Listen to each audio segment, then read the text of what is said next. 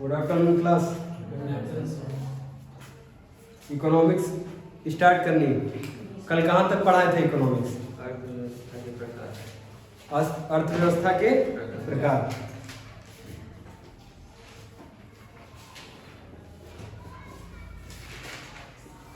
Economics अर्थव्यवस्था के प्रकार। हम बताए थे कल कि आज़ादी के बाद जब आज़ादी मिली, देश को जब आज़ादी मिल गई तो उसके पास विकल्प दो थे, है ना। अपने भविष्य को बनाने के लिए दो विकल्प थे। पहला विकल्प था अर्थव्यवस्था कौन सी चुनने की? पूंजीवादी, और दूसरा समाजवादी। अब जब देश आज़ाद हुआ है ना, जब देश आज़ाद हुआ तो उसके पास दो विकल्प हैं, ठीक है। अब दो विकल्प कौन कौन से हैं? पूंजीवादी और समाजवादी। भैया जब देश आज़ाद होगा तो उसको अभी समझ नहीं है कि हम अर्थव्यवस्था अपनी कैसे बनाएं। जो देश पहले से अर्थव्यवस्था अपनी बना के रखे, जैसे अमेरिका, रूस, ये सब पहले से बना के रखे अर्थव्यवस्था, कैसे क्या सिस्टम चलना है, तो इन्हीं से तो सीखोगे। जिंदगी में जो भी जितने भी इंसान हैं वो सब सीख के ही काम करते हैं। अगर तुम चाइना में इतने बड़े हो, चाइना में भेज दिया जाए तो चाइनीज बोलने लगो, उसके सीख के। हिंदी कैसे लड़का जैसे होता बोलना सीख जाता है हिंदी, क्योंकि उसके वातावरण में हिंदी का माहौल होता है। इंग्लिश का माहौल होगा तो वो इंग्लिश बोलना सीख जाएगा। तो इसी प्रकार जब भारत का जन्म हुआ, जन्म मतलब फिर से जन्म हुआ एक बार, 200 वर्ष की गुलामी के बाद एक बार फिर से जन्म हुआ, तो वो किससे सीखेगा अपनी व्यवस्था बनाने के लिए? अमेरिका और रूस दो बड़ी शक्तियां थी, बड़ी शक्तियों से ही सीखेगा। अमेरिका और कौन सी? रूस।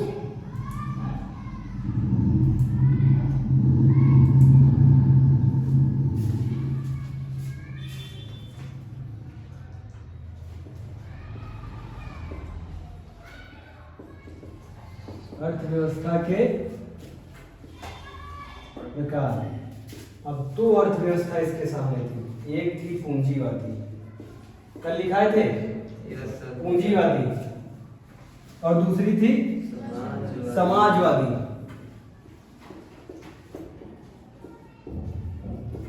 इनके नाम में ही है। पूंजीवादी मतलब पूंजीपतियों वाली अर्थव्यवस्था। इसमें पूंजीपति डिसाइड करेगा मार्केट का क्या रेट होगा, कितने में क्या बिकेगा, टमाटर कितने रुपए किलो बिकेगा, लोहा कितने में बिकेगा, सब कौन डिसाइड करेगा?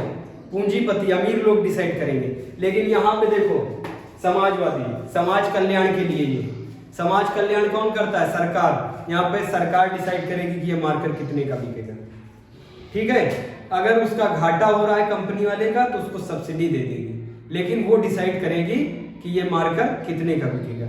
अब मार्कर हो जाए 1000 रुपए का, कोचिंग वाला पढ़ाएगा मार्कर से, वो लाएगा चौक या खड़िया लाएगा, उससे उस पर फिर पुराना वाला जमाना आ जाएगा, उस पर पढ़ाना शुरू करेगा। 1000 का मार्कर लेके आएगा तो 3-4 दिन में चल जाएगा, तो इस तरह पढ़ाएगा। इसीलिए ये गवर्नमेंट आज भी, जो भारत की गवर्नमेंट है, पेन बनाने में ज़्यादा कॉस्ट अगर आ जाती पेन बनाने में, मान लो पेन हो गया 20 रुपया कॉस्ट आ गई, तो उसको सब्सिडी दे देता 10 रुपया। अब 10 रुपया उसको सब्सिडी दे दिया गवर्नमेंट ने, 20 रुपया लागत कॉस्ट आई, उसकी लागत लगी, तो 10 उसमें से वो कंपनी वाला माइनस कर देगा। पेन कितने का बचा? 10 रुपए का। तो देखो भारत में इन दोनों के मॉडल को अपनाया है, रूस के मॉडल को और अमेरिका के मॉडल को। इन दोनों के बीच के मॉडल को क्या कहते हैं? मिश्रित अर्थ व्यवस्था। इंग्लिश में कहते हैं मिक्स्ड इकोनॉमी। मिक्स्ड इकोनॉमी कहाँ की है? भारत की मिक्स्ड इकोनॉमी। हेडिंग डालो मिश्रित अर्थव्यवस्था। यह अर्थव्यवस्था भारत ने अपनाई, यह अर्थव्यवस्था भारत ने अपनाई, ठीक है। दूसरा पॉइंट डालो, इसमें पूंजीपति को उत्पादन की छूट है, इसमें पूंजीपति को उत्पादन की छूट है, ठीक है, लेकिन अपने मुताबिक, है ना, रेट तय करने की छूट नहीं है। वो मार्केट के हिसाब से तय होता है, डिमांड एंड सप्लाई के हिसाब से तय होता है। ठीक है, मिश्रित अर्थव्यवस्था समझ में आ रही? एकदम सिंपल है भाई। पूंजीवादी पूंजीपतियों वाली व्यवस्था और समाजवादी समाजवादी वाली, मतलब लोक कल्याण की अर्थव्यवस्था, इन दोनों को मिला दोगे तो कौन सी अर्थव्यवस्था? मिश्रित अर्थव्यवस्था। ठीक है, यहां तक हो गया। अब हेडिंग डालो, स्वतंत्रता प्राप्ति से पहले की अर्थव्यवस्था। स्वतंत्रता प्राप्ति कब हुई भारत को? 15 अगस्त 1947। ठीक है, इससे पहले की अर्थव्यवस्था, इससे पहले कौन था जिसका शासन चल रहा था? ब्रिटिश शासन था।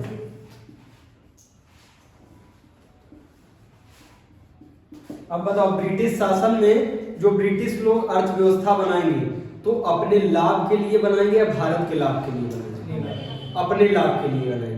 मतलब यहाँ व्यापार करेंगे ऐसा कि उनको लाभ हो इतना कि वो ब्रिटेन ले जा सके। ठीक है, तो अगर भारत की अर्थव्यवस्था इस टाइम पे निकालोगे तो अच्छी निकलेगी, खराब निकलेगी? हम फिर से दोहरा रहे हैं, प्राचीन समय में अर्थव्यवस्था थी 50% भारत में, मध्यकालीन में बची 33%, और जब अंग्रेज आए तो बची 2%। समझ रहे हो कैसे? देखो कैसे अर्थव्यवस्था परसेंटेज डाउन हुआ, 50 से 33 फिर 2%, और ये 2% कब की अर्थव्यवस्था है? ये। ठीक है, हेडिंग डाली, ये लिखो, ये सब लिख लो। प्राचीन समय में भारत की अर्थव्यवस्था 50% थी, मध्यकालीन में भारत की अर्थव्यवस्था घट के बची 33%। आजादी से पहले का हम लिखवा रहे हैं।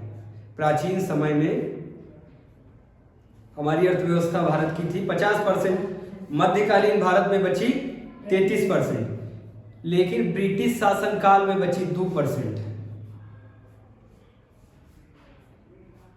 भारत में ब्रिटिश शासन कितना चला? लगभग कितना चला? 200 के करीब, है ना? 200 वर्ष तक ब्रिटिश शासन चला। इनका मुख्य उद्देश्य क्या था? आमदनी लूटना। ठीक है, इनका मुख्य उद्देश्य था आमदनी, कुछ भी हो जाए इनको आमदनी चाहिए। ठीक है, इतना आया समझ में? फिर लिखो, दूसरा पॉइंट लिखो, उस समय की भारतीय आजीविका का मुख्य स्रोत था, उस टाइम की जब ब्रिटिश शासन चलता था। तब बताओ मुख्य स्रोत क्या होगा जीवन जीने का? फैक्ट्री होगा, कृषि होगा, कृषि होगा, नहीं होगा? उस टाइम का मुख्य जो काम था जिसपे जीवन, और उस टाइम कोई सोचता था हम आईएएस बन जाए, हम पीसीएस बन जाए, रेलवे निकाल दे, ऐसे कोई सोचता होगा? उस टाइम सब क्या करते थे? कृषि करते थे। जो अच्छी कृषि करता था वो थोड़ा अमीर होता था, जो उससे छोटी कृषि करता था उससे छोटा, जिसके पास कृषि नहीं थी वो गरीब लोग थे। ठीक है, यहां तक लिखा। आजीविका क्या थी? मुख्य कृषि थी। यहाँ के भारत के सूती वस्त्र पूरी दुनिया में फेमस थे। भारत के सूती वस्त्र पूरी दुनिया में फेमस थे। ठीक है, अब देखो, अभी तक कृषि तो ठीक है, लेकिन 1780 से 1790 के दशक में, 1780 से 1790 के दशक में मशीनरी युग आएगा। मशीनरी युग,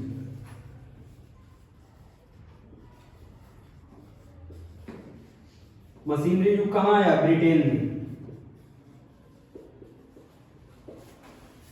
अब मशीनरी युग में क्या होगा? पहले सुनना, पहले कॉटन उसे खेत में कॉटन उगाया जाता था, उसके बाद उसको धुना जाता था, धुन के फिर उसका सूत काता जाता था, है ना? उसके बाद कपड़े बनाए जाते थे। ये कैसा है? हाथ से बन रहा है या मशीन से? हैंडीक्राफ्ट का ही मतलब होता है हाथ से बनाना, हथकरघा उद्योग, हाथ से बन रहे हैं। लेकिन बताओ अब इस टाइम पे क्या आ रहा? मशीन। और मशीन कहाँ पे आ रही है? ब्रिटेन में। और ब्रिटेन कहाँ पे शासन कर रहा है? भारत में। तो मशीनरी युग अप्लाई करेगा नहीं करेगा? वो ये मशीनें भारत लाएगा या यहाँ का माल ले जाके वहां बनाएगा? अगर वो यहाँ वाली मशीनें वहां ले जाएगा तो सब जानता है, होशियार हो जाएंगे, ठीक है। वहां मार काट दंगा चलता रहता था अंग्रेजों के विरुद्ध, ठीक है। तो वो क्या करेंगे, वो सूती वस्त्र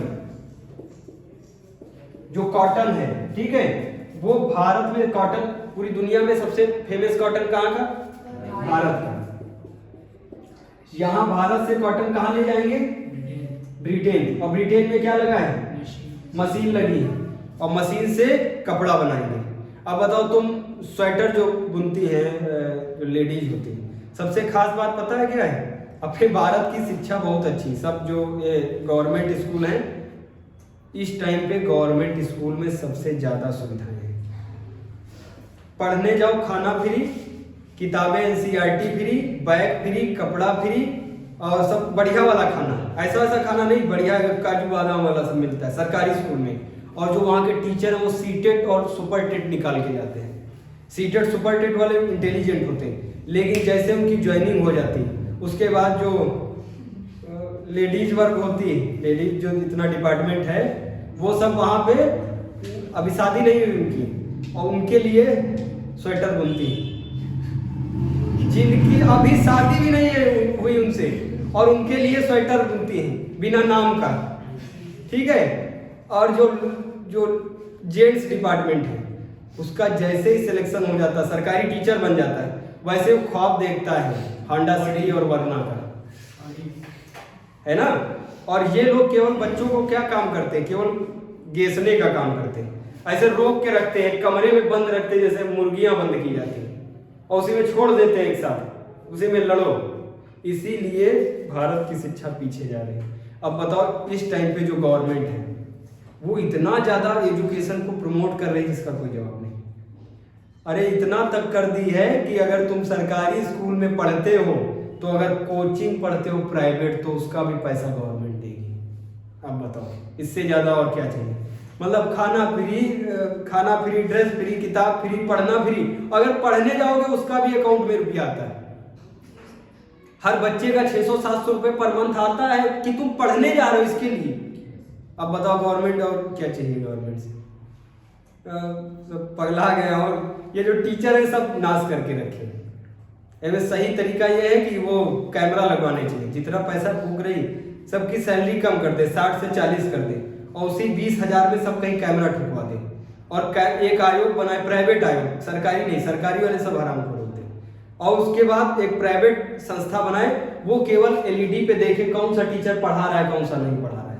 और ये जो टीचर है सरकारी स्कूल से सब एजुकेटेड है, जबरदस्त एजुकेटेड, लेकिन ये एजुकेशन किस लिए दिए, केवल पैसे के लिए। बस हमारा सिलेक्शन हो जाए, लड़की सोचती उस दिन से हम स्वेटर बीनना चालू करेंगे, और लड़का सोचता इतनी सैलरी हमको जुटानी है कि होंडा सिटी लानी, फिर वहां जाएंगे स्कूल में होंडा सिटी से। पढ़ाने से कोई मतलब नहीं। अब बताओ अगर किसी बच्चे को तुम 1 महीना ना पढ़ाओ, कोर्स जो है 1 महीना ना पढ़ाओ और उससे पूछ लो कुछ, तो वो डिप्रेशन में चला जाएगा आधा। वो कहेगा हम तो दुनिया में कुछ किए ही नहीं, अब पढ़ाई वढ़ाई करने से क्या मतलब है, अब लेबरी करें जाके, ठीक है। ऐसा होगा नहीं होगा। इसीलिए सरकारी स्कूल में जिसके पास थोड़ा भी पैसा होता है वो सरकारी स्कूल में नहीं भेजता अपना बच्चा, बहुत ही गरीब है वो भेजता है। और जबकि सरकारी स्कूल के टीचर प्राइवेट वालों से ज़्यादा अच्छे हैं, एजुकेटेड हैं। अगर प्राइवेट वाले सोचो इतने एजुकेटेड होते तो सीटेट सुपर टेट नहीं निकाल देते। वो क्यों प्राइवेट 15,000 10,000 रुपए में पढ़ा रहे हैं। लेकिन ये टीचरों की कमी, कहाँ तक समझे। मशीनरी युग आ गया। मशीनरी युग कब आया, 1780 से 90 में क्या आया, मशीनरी युग आया। अब बताओ मशीन में तुमको स्वेटर बनाना है, हमको प्रैक्टिकल, हमको तुमसे 20 स्वेटर चाहिए। अब 20 स्वेटर हम बोले तुमको 20 स्वेटर परसों देना हमको। ऐसे वो जो एक कढ़नी आती है वो ऐसे ऐसे ऐसे चलाई जाती है, स्वेटर बुने हुए देखा है, 2 होती है सुई जैसी, उनको ऐसे फंसा फंसा के ऐसे ऐसे बनाया जाता है। उससे तुम अगर बनाओगे तो उसको कहेंगे हाथ कर जाओ, हाथ से बनाओगे, हाथ से बना स्वेटर उसको कहते हैं, ठीक। तो वो क्या हुआ, हाथ कर का।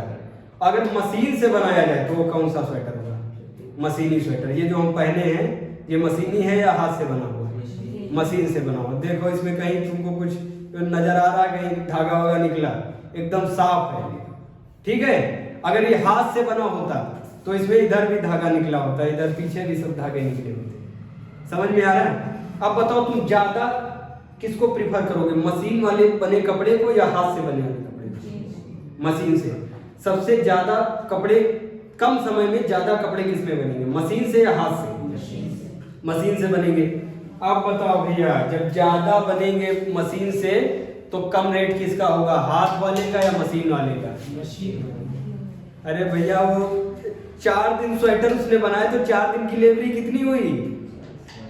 आजकल 300 रुपया चल रहा है, 4 दिन 1200 रुपया उसका हो गया, और स्वेटर का 1200 रुपया हो गया। अब बताओ 1200 उसकी लेबरी हो गई, और 1200 का स्वेटर वो कढ़ा वाला जिसमें जाली पूरा इधर से उधर दिखाई पड़ रहा है, वो कोई खरीदेगा? आप ये लोग डाइवर्ट कर देंगे, ये ब्रिटेन वाले, ये कॉटन ऊन कहाँ से लेके जा रहे हैं? इंडिया से लेके गए, और कहाँ लेके गए? अपने वहाँ। इनके वहाँ बड़ी बड़ी मशीनें लग गई, मशीनों में एक साथ 1000 स्वेटर बनते हैं। एक साथ मतलब 1 घंटे में 1000 स्वेटर तैयार। अब ये वहाँ से स्वेटर ला के कहाँ बेचेंगे? भारत में। तो भारत को बताओ बाजार बना रहे हैं या मशीन ला रहे हैं? सिर्फ एक बाजार बना रहे हैं या यहाँ पे पूरी पूरी इंडस्ट्री लगा रहे हैं? एक बाजार बना रहे हैं, समझना, ड्रेन ऑफ वेल्थ समझना। भारत से क्या लेके गए? कॉटन और ऊन, ये हो गया कच्चा माल, है ना, रॉ मटेरियल इसको कहते हैं। कच्चा माल जो अभी मतलब योग्य नहीं है, इस्तेमाल करने के योग्य नहीं। अब इसको मशीन में डाला, कॉटन को बनाई शर्ट बनाई, और इसका क्या बनाया? शर्ट। अब इन दोनों को, ये कहाँ बन रहे हैं, ये दोनों कहाँ बने? ब्रिटेन में बने। अब इनको कहाँ लेके आएंगे? इंडिया। बताओ, इंडिया से क्या लेके गए? कॉटन, उसको मशीन में क्या बनाया? शर्ट और स्वेटर, और फिर कहाँ लेके आए? इंडिया में। अब इंडिया में फ्री बांटेंगे इसको पैसे का बांटेंगे। अब ये शर्ट है 250 रुपए की, कम समय में बनी है ना, 250 रुपए की। स्वेटर है 500 रुपए का, और जो यहाँ हाथ से बन रहे हैं उसकी ये शर्ट कितने की है? मान लो 1200 रुपए की, और ये जो स्वेटर है ये 1500 रुपए का। बताओ कौन सा खरीदोगे? यही खरीदोगे, नहीं खरीदोगे कम रेट वाला? तो बताओ, यहाँ से पैसा कमाए, समझना फिर से। यहाँ से कॉटन लेके गए, मशीन में डाला, स्वेटर और शर्ट बनाई, और उसके बाद यही स्वेटर शर्ट कहाँ लेके आए? इंडिया में ही बेचा, और यहाँ इंडिया में जब बेचेंगे तो इनको क्या मिलेगा? मनी। और मनी लेके कहाँ जाएंगे? ब्रिटेन। तो बताओ, इसी को क्या कहते हैं? Drain of wealth. ठीक है, किसने दी थी थ्योरी ड्रेन ऑफ वेल्थ की? Drain of wealth great old man दादा भाई नौरोजी ने कहा था कि अपने गंगा का पानी, ये ऐसे वो जो सोखने वाला आता सोखता, उसमें ऐसे डुबो रहे हैं, और कहाँ पे ले जाके उसको डाल रहे हैं? अपनी थेम्स नदी में। वहाँ की पवित्र नदी है थेम्स नदी, अपने भारत की नदी गंगा नदी। ठीक है, उनका मतलब बताने का तरीका है। इसी थ्योरी को क्या कहा? Drain of wealth. Drain of wealth कहा जाता है। ड्रेन ऑफ वेल्थ थ्योरी किसने दी? दादा भाई नौरोजी। इतना क्लियर है? बताओ, ड्रेन ऑफ वेल्थ कैसे हुआ? कच्चा माल भारत से लेके गए ब्रिटेन में लगी मशीन में बनाई शर्ट स्वेटर। भैया कॉटन का शर्ट बनाया, ऊन का स्वेटर बनाया, वहां से लेके आए कहाँ? भारत में बेचा, और यहाँ से क्या वसूला? पैसा। और फिर पैसा लेके कहाँ जाएंगे? ब्रिटेन। इसी को क्या कहते हैं? Drain of wealth. ये लिख लिया एकदम करेक्ट। कोई दिक्कत यहाँ तक? अब बताओ, अब जब ये मशीन का युग आ गया, अब यहाँ पे इनका काम बचा, ये 1200-1500 वाले, ये 1200 वाले कढ़नी से वो काट रहे हैं स्वेटर। इनसे कोई स्वेटर खरीदेगा? नहीं खरीदेगा। तो बताओ, हथकरघा उद्योग क्या होगा? बर्बाद होगा। अब जब हथकरघा उद्योग बर्बाद होगा तो ये लोग खाएंगे क्या? जो मतलब कई सारी औरतें थी जिनका स्वेटर बीनती थी, और उनकी जिंदगी की यही जीविका का स्रोत था। मतलब स्वेटर पहनेंगी, उसके बाद उसको बेचेंगी, उसके बाद खाना ऐसे ही मिलता था उनको। अब उनसे कोई स्वेटर खरीदेगा? अब मार्केट में पता चला ब्रिटेन वाले लाए 250-250 रुपये में 3 स्वेटर, और यहाँ जो चाची बेच रही बगल में वो बेच रही 1500 रुपये का एक स्वेटर। और वो भी स्वेटर कौन सा, वो जाली वाला जो काढ़े जाते हो, देखे स्वेटर, उसमें बिस्किट बने होते हैं इधर उधर, वो वाले स्वेटर पर खरीदेगा? सब उधर भागेंगे ब्रिटेन की तरफ, फैंसी स्वेटर लेके आएंगे बढ़िया। ठीक है, तो बताओ ये सब चाची वाला सब काम खत्म हो जाएगा। अब ये मरने लगेंगे, नहीं मरने लगेंगे? भूख के कारण मरेंगे, तो ये बताओ किधर बढ़ेंगे? जब भूख से मरने लगेंगे तो तुमको जीने के लिए क्या करना है? खाना है। अरे भैया पानी तो तुमको मिल जाएगा कहीं भी, खाना मिलेगा हर जगह? नहीं मिलेगा। और खाना कहाँ से आता है? खेतों से। अब बताओ खेती की तरफ जाएंगे, नहीं जाएंगे? जब हथकरघा उद्योग बर्बाद हुआ तो ये लोग हथकरघा उद्योग वाले किधर बढ़े? खेती की तरफ, कृषि की तरफ। अब जब कृषि में जाएंगे तो इनके बाबा का खेत है, वहां पे करने लगेंगे। इनके बाबा जी छोड़े, इनके बाबा जी इनको बता गए ये 2 सिलाई लो, उससे स्वेटर ले लो। और इनको खेती नहीं देखे गए। अब जब ये खेती में जाएंगे तो इनको वो जो जिसके पास खेती है वो उनको कह देगा तुम 1 बीघा जोत लो, नहीं देगा, इनसे कहेगा तुम लेबरी करो। तो इनको क्या बनाएगा? मजदूर बनाएगा। आ रहा है इतना समझ में? खेती उस समय जिस वर्ग के पास थी, बहुत बड़ी बड़ी, एक ही वर्ग के पास बहुत ज्यादा खेती होती थी। मैक्सिमम लोगों के पास खेती नहीं थी, और कुछ ही मतलब 100% में से 100% में से केवल 20% के पास पूरी खेती थी। 80% के पास खेती नहीं थी। 80% जीवन यापन कैसे करते थे? हथकरघा से करते थे। हथकरघा किसने बर्बाद कर दिया है ना? अंग्रेजों ने मशीन लाके हथकरघा को बर्बाद कर दिया। अब जब मशीन से हथकरघा बर्बाद, तो किधर शिफ्ट करेंगे? कृषि की तरफ। और कृषि में पहले से आधिपत्य किसका है? जमींदारों का। बड़े बड़े मुखिया जमींदारों का आधिपत्य। वो इनसे कह देंगे अच्छा तुम बहुत परेशान हो, तुम्हारा वो बंद हो गया बिजनेस, लो खेती ले लो, ऐसे कोई दे देगा? इनसे मजदूरी कराएंगे। इस समय जब ये मशीनरी युग आया था तो भारत में सबसे ज्यादा लोग भूख के मारे मरे थे। समझ में आ रहा है? बहुत चीजें, खाली स्वेटर ही नहीं, हथकरघा उद्योग में बहुत चीजें आती हैं। पटसन सुने हो? पटसन होता है वो, अरे ये चीनी वाली बोरी जिससे बनती, ये भी जूट वगैरह से, जूट, पटसन, और पटसन से कई सारी चीजें बनती। वो देखोगे बांस के वो बनाए जाते हैं, है ना? वो सब हथकरघा वाले हैं। अब बताओ इस टाइम फाइबर वगैरह के वो आ रहे हैं, टप वगैरह आ रहे हैं। अब कोई बांस वाला या कुछ लेता है? तो सब बर्बाद हो गए, नहीं हो गए? तो ये लोग बर्बाद होंगे तो किधर बढ़ेंगे?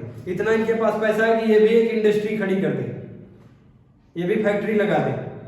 तो ये मरने से अच्छा है कुछ करे। तो ये किधर शिफ्ट होंगे?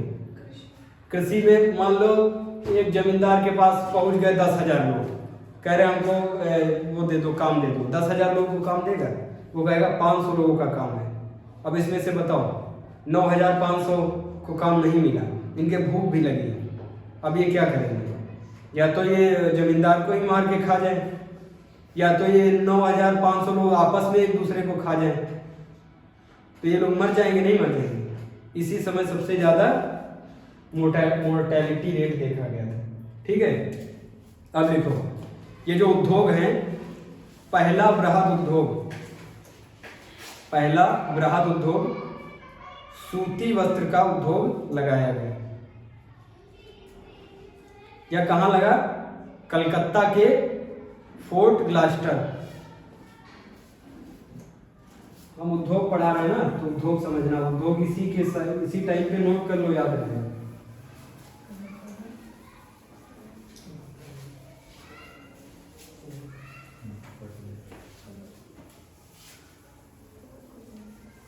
बताओ उद्योग वाला सिस्टम, उद्योगीकरण कब आया? अरे यही मशीन वाला उद्योग वाला 1780 से 90 के दशक में।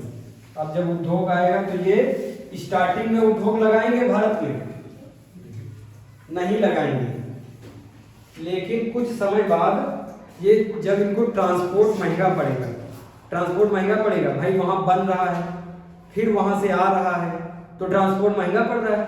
अगर यहीं पे बने और यहीं से इस वाले कमरे से निकाल के इधर बेच ले तो ट्रांसपोर्ट सस्ता पड़ा। इसलिए सबसे बड़ा उद्योग पहले कौन सा लगेगा? उद्योग पहला लगेगा सूती वस्त्र उद्योग। कहाँ लगा?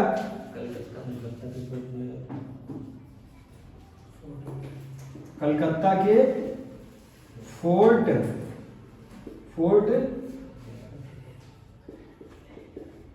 ग्लास्टर फोर्ट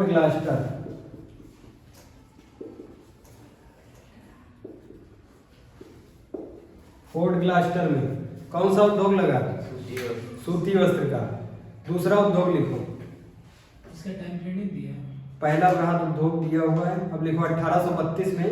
इसमें केवल टाइम पीरियड है 1818 1818 से आगे बढ़ो। 1832 में कागज का पहला कारखाना, ये सब वनडे एग्जाम में पूछ जाता है। कागज का पहला कारखाना कब लगा? 1832 में। ठीक है, 1832 में। कहाँ लगा? श्री रामपुर बंगाल में। ये कहाँ लगा था? फोर्ट ग्लास्टर में। ये लगा श्री रामपुर, कहाँ? बंगाल। उद्योग समझ में आ रहे हैं? हम कह रहे हैं कि पहले जब उद्योगीकरण स्टार्ट हुआ तो अंग्रेज सबसे स्टार्टिंग में उद्योग नहीं लाए यहाँ से कच्चा माल ले जाते थे, वहां पे इसको फिनिश्ड गुड बनाते। फिनिश्ड गुड मतलब यहाँ पे इसको फिनिश करते थे, कपड़ा उपड़ा बना लेते, वहां से यहाँ लेके आते थे। यहाँ पे भारत को एक बड़ी बाजार बना दिया था, बड़ी मार्केट बना दिया। यहाँ पे श्रीलंका वालों को कपड़ा चाहिए तो यहाँ से लेके जा सकते, ईरान वालों को चाहिए यहाँ से लेके जा सकते। किसको बड़ी मार्केट बनाई? भारत को। फिर इनको ट्रांसपोर्ट महंगा लगने लगा तो इन्होंने कहा अच्छा चलो थोड़े बहुत जो मेन उद्योग है, मेन क्या था? सूती वस्त्र। सबसे ज्यादा ये व्यापार जो है उस समय का महंगा और चलने वाला सूती वस्त्र का था। ठीक है, तो पहला ये उद्योग कौन सा लगाएंगे? सूती वस्त्र का उद्योग। कहाँ पे लगाएंगे? फोर्ट ग्लास्टर में। कब लगाएंगे? 1818। 1818 से आगे बढ़ो। 1832 में पहला लगाया कागज उद्योग कारखाना। कहाँ लगाया? श्री रामपुर। यहां तक आया समझ में? फिर 1840 में चीनी उद्योग का पहला कारखाना। चीनी उद्योग 1840 में चीनी उद्योग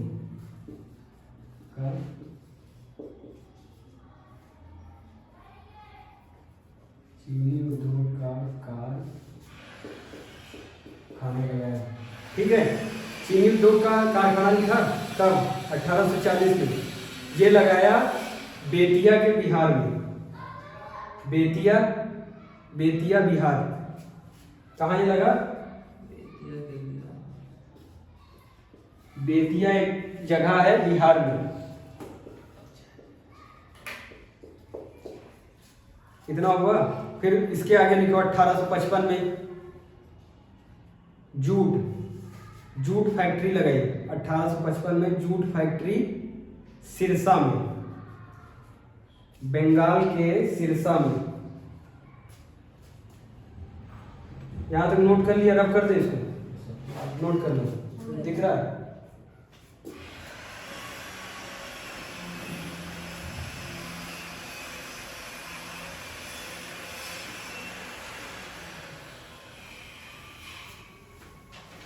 कौन सा भी बताए हैं? जूट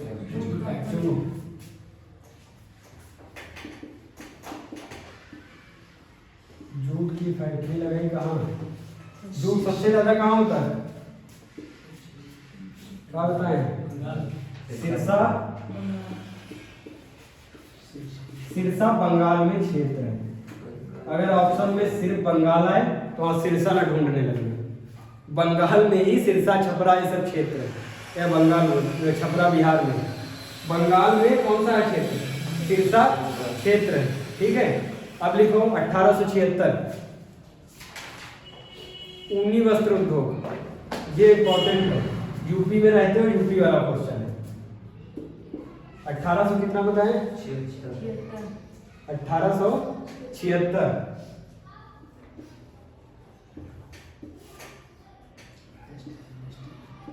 ऊनी वस्त्र उद्योग कहाँ लगा, यूपी के कानपुर। कानपुर का कौन अभी फेमस हो गया था, विकास दुबे। यूपी के, तो पुलिस वाले से बोल रहा है, मार रहा तो कह रहा हूँ विकास दुबे कानपुर वाले। विकास दुबे के एरिया में कौन सा लगा, ऊनी वस्त्र का उद्योग, ठीक है।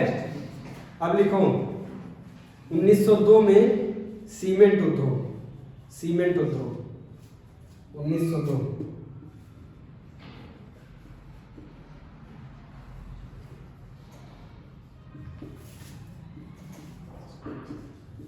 सीमेंट उद्योग लगा चेन्नई में,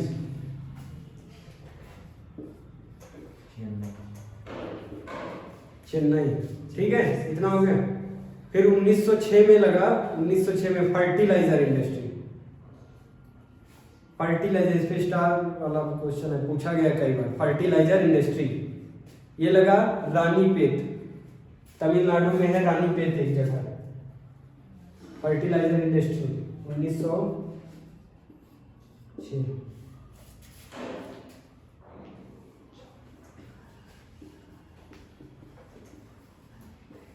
फर्टिलाइजर इंडस्ट्री लगी, ये कहाँ पे लगी फर्टिलाइजर इंडस्ट्री, रानी खेत नहीं है, रानी पेट, रानी खेत किस कहाँ पे है, जियोग्राफी पढ़ाएंगे तो देखना, रानी पेट किस कहाँ पे, तमिलनाडु, ठीक है। यहाँ तक हुआ फर्टिलाइजर। 1907 में लगी iron and steel company, iron and steel company की स्थापना कब हुई, ये इंपॉर्टेंट है। 1907 में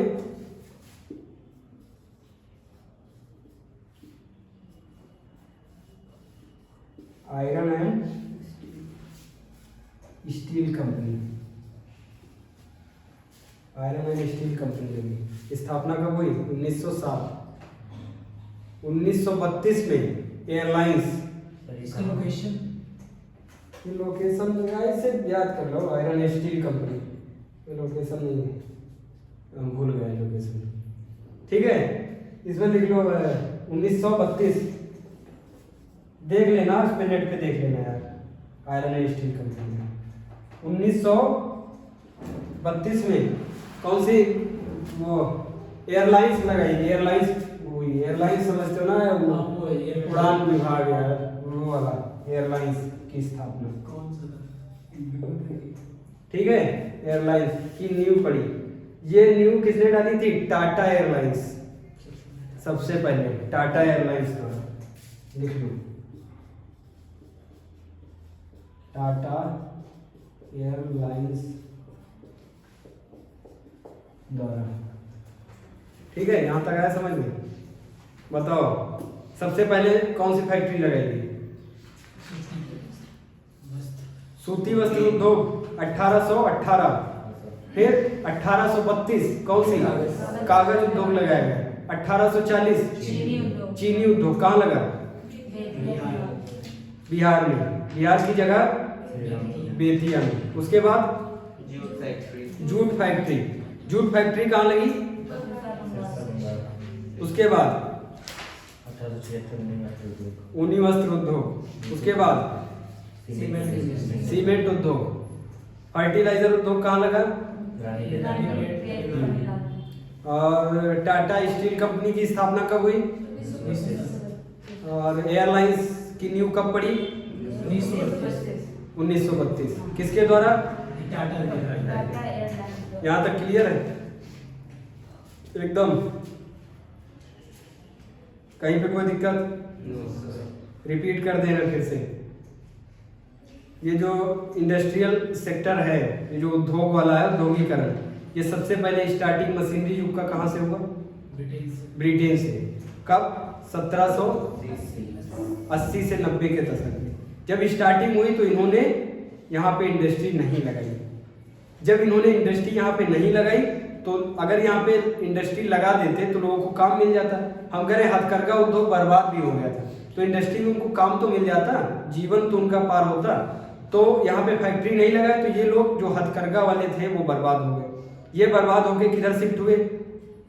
कृषि की तरफ। कृषि में इनको पूरा काम नहीं मिला। कृषि में सब चले जाएंगे तो सबको काम मिल जाएगा क्या? उस समय मुख्य जीविका कृषि ही थी। अब ये लोग जब कृषि में गए तो सबको काम नहीं मिला, उसमें भूखमरी हो गई, बहुत लोग की मृत्यु हो गई। उसके बाद कुछ समय के बाद इनको ट्रांसपोर्ट महंगा लगा। किसको? ब्रिटिशर्स को। भाई वहां बनाना वहां से लाना, ट्रांसपोर्ट महंगा हो जाएगा। अब जो 250 रुपए की शर्ट बिकती थी, अब ट्रांसपोर्ट जब सस्ता होगा तो वो शर्ट 200 रुपए की हो जाएगी। भाई ट्रांसपोर्ट का भी तो जुड़ता है पैसा। अब मान लो तुम जूता यहीं खरीद लो, शूज यहाँ पे खरीदोगे तो तुमको कुछ मिल जाएगा सस्ता। स्पेशल शूज मंगाओ तुम मुंबई से, तो मुंबई से जो वो लगेगा ट्रांसपोर्ट, तो ट्रांसपोर्ट तुमको ही तो देना पड़ेगा, तो ट्रांसपोर्ट लग जाए। ट्रांसपोर्ट से बचने के लिए इन्होंने सबसे पहले फैक्ट्री लगाई सूती वस्त्र उद्योग की। उसके बाद धीरे धीरे जब इनको लगा कि ट्रांसपोर्ट मैनेज हो रहा तो और भी इंडस्ट्री ये डालने लगे। इतना आ रहा समझ में? एकदम क्लियर? कहीं पे कोई दिक्कत? अब बताओ इकोनॉमिक्स में कहाँ से स्टार्ट किए थे? स्टार्टिंग से यहाँ तक देखो, कोई प्रॉब्लम हो तो बताओ।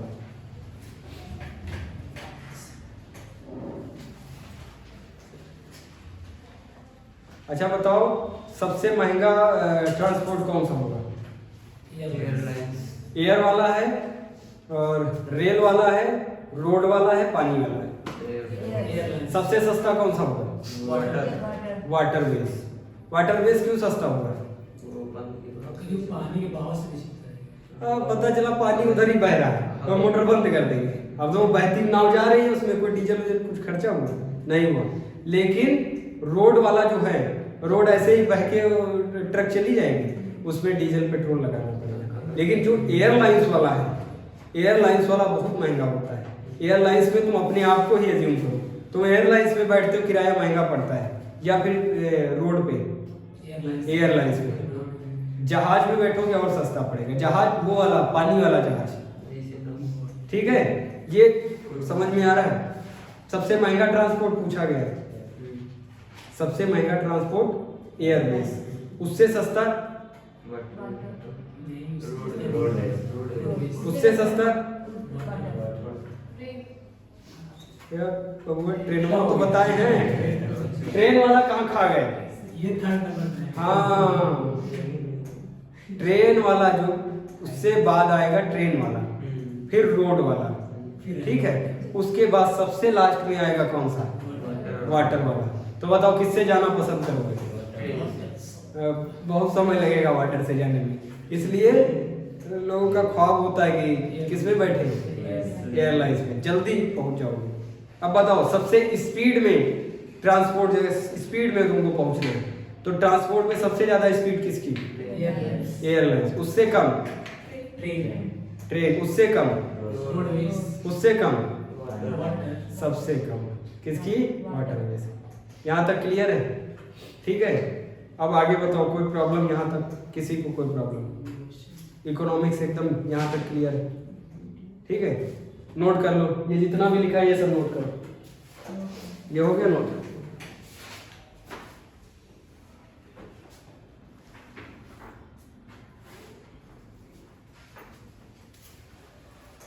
ठीक है, यहाँ तक नोट कर लो। इसके आगे कल से पढ़ाएंगे। कल कौन सा है सब्जेक्ट? कल है बायोलॉजी और जियोग्राफी।